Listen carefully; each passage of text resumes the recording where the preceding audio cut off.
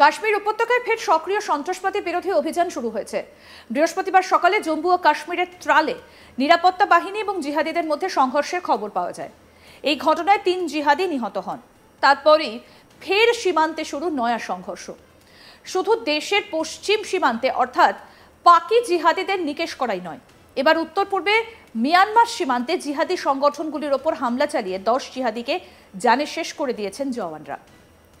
পাকিস্তান ভারতের উত্তর পূর্বে যে 7টি রাজ্য অর্থাৎ 7 সিস্টার্স রয়েছে সেখানে নাশকতার ছক কষছে বলেই গোয়েন্দারা একটা খবর দিয়েছিলেন।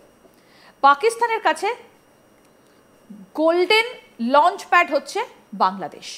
তারা এখন পাকিস্তানের সবথেকে ভালো বন্ধু। গোয়েন্দা সূত্রে খবর, আইএসআই বাংলাদেশের রোহিঙ্গাদের বেছে বেছে তুলেছে, তাদের এক্সপ্লোসিভ ডিভাইস বানানোর প্রশিক্ষণ দিচ্ছে। কিভাবে ড্রোন চালানো হয়, কি করে আর্মস চালানো হয়, জিহাদিদের মতো করে তাদের ট্রেনিং দেওয়া হচ্ছে। এই পরিস্থিতিতে বুধবার চান্দেল জেলায় অসম রাইফেলসের সদস্যরা অভিযান চালায়। মিয়ানমার সীমান্ত এলাকায় অভিযানে নামতেই সেনাকে লক্ষ্য করে জিহাদিরা হামলা চালায়। পাল্টা হামলা চালিয়ে 10 জিহাদিকে জানে শেষ করে দিয়েছেন জওয়ানরা। সেখান থেকে উদ্ধার হয়েছে বিপুল অস্ত্র। সোশ্যাল মিডিয়া পোস্টে এই বিষয়ে সেনার পূর্বাঞ্চলীয় কমান্ডের তরফে এক্স হ্যান্ডেলে বলা হয়েছে, সুনির্দিষ্ট খবরের ভিত্তিতে 14 মে বুধবার মণিপুরের আন্তর্জাতিক সীমান্ত লাগোয়া চান্দেল জেলায় নিউ সামতাল গ্রামে হানা দেন অসম রাইফেলসের স্পিয়ার কর্পসের সদস্যরা। এখনও অভিযান অব্যাহত রয়েছে। অভিযান শুরু হতেই গুলি চালায় জিহাদিরা, জবাব দেয় সেনা। তখনই 10 জিহাদি নিহত হয়েছে, উদ্ধার হয়েছে বিপুল অস্ত্র।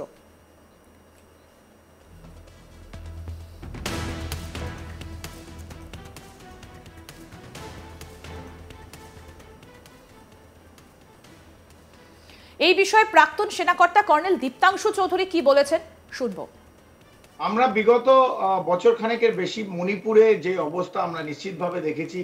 প্রথমে এটাকে বলা হলো এটা দুটো ট্রাইবাল গ্রুপের মধ্যে, এথনিক ট্রাইবাল গ্রুপ যারা আছে, এটা দুই জাতির ঝগড়া, কুকি এবং মৈতিদের মধ্যে।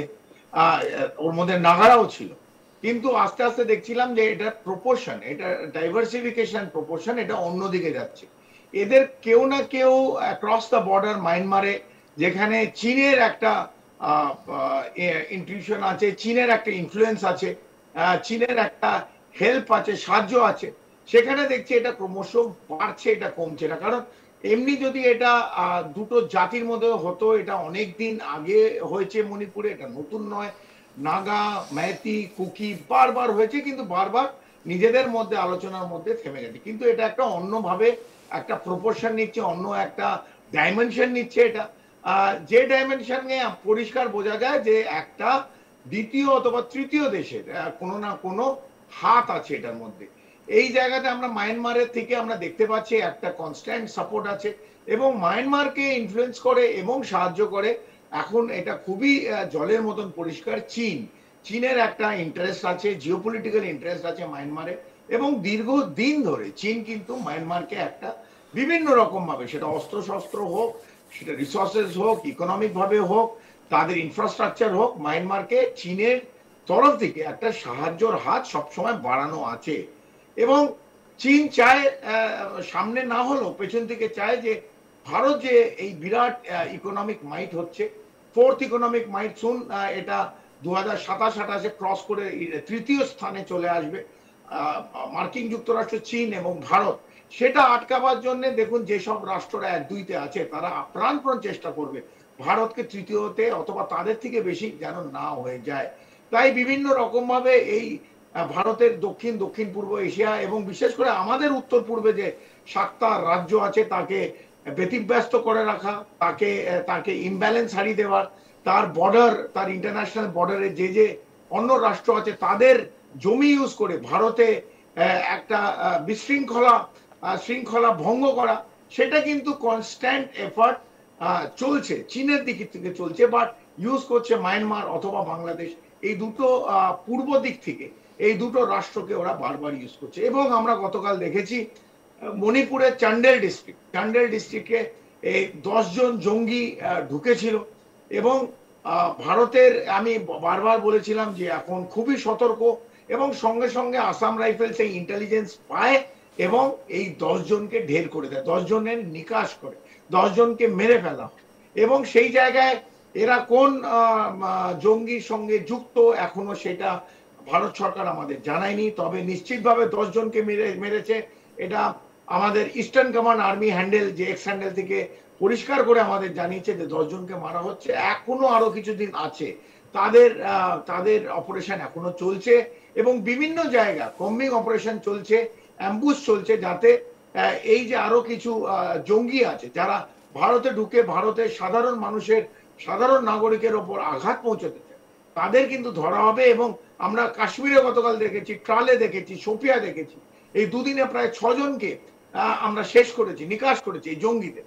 একইভাবে পূর্বে যেসব রাষ্ট্র ভারতকে আঘাত পৌঁছতে চাইছে এবং জঙ্গির মাধ্যমে পৌঁছতে চাইছে, বিশেষ করে এই উত্তর পূর্বকে ব্যতিব্যস্ত বিশৃঙ্খলার একটা করার চেষ্টা করছে ইন্টারন্যাশনাল বর্ডারে, বিশেষ করে মণিপুর আমরা দেখেছি অলরেডি হচ্ছে, সেখানে মেঘালয় করবে, আসাম করবে। আমরা বারবার বলছি এই জায়গাগুলো বাংলাদেশ এবং মায়ানমারের জমি দখল করে অন্য রাষ্ট্র, আমাদের সেটা পাকিস্তান হতে পারে, চীন হতে পারে, আমাদের কিন্তু বিশৃঙ্খলা চেষ্টা করবে।